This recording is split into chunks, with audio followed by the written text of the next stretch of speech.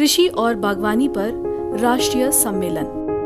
आपको क्यों पता होना चाहिए? राज्यों के कृषि और बागवानी मंत्रियों का 2 दिवसीय राष्ट्रीय सम्मेलन बेंगलुरु में संपन्न हुआ।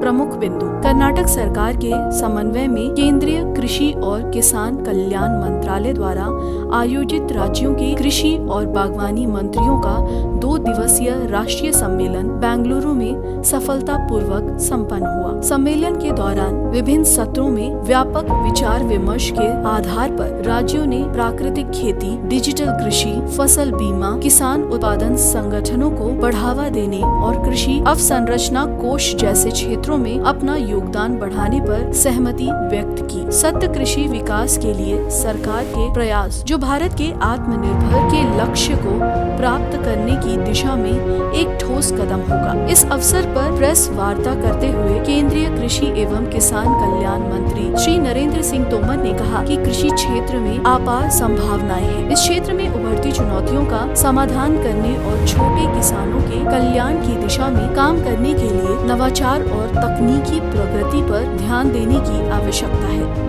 डिजिटल कृषि मिशन। इसमें डिजिटल कृषि मिशन का प्रभावी कार्यान्वयन, FPO को बढ़ावा देना, ई नाम के माध्यम से कृषि उपज के बेहतर व्यापार तंत्र का विकास, ग्रामीण क्षेत्र में बुनियादी ढांचों के विकास के लिए PM किसान सम्मान निधि और कृषि अवसंरचना कोष का सर्वोत्तम उपयोग करना शामिल है। राज्यों को किसानों की आय में वृद्धि के लिए उच्च मूल्य वाली फसलों की मांग को ध्यान में रखते हुए फसल विविधीकरण पर ध्यान केंद्रित करने की आवश्यकता है। इस अवसर पर केंद्र कृषि और किसान कल्याण राज्य मंत्री सुश्री शोभा कंदराजे और कर्नाटक के कृषि मंत्री श्री BC पाटिल मौजूद थे। सम्मेलन से संबंधित प्रमुख बिंदु: 2 दिवसीय सम्मेलन के दौरान देश में कृषि के समग्र विकास के लिए महत्वपूर्ण विषयों पर राज्यों के साथ विचार विमर्श किया गया। राज्य के कृषि और बागवानी मंत्रियों और वरिष्ठ कृषि अधिकारियों के साथ विचार विमर्श केंद्र सरकार को कृषक समुदाय के हित में सभी योजनाओं के प्रभावी कार्यान्वयन के लिए एक रोडमैप और सुचारू कार्य योजना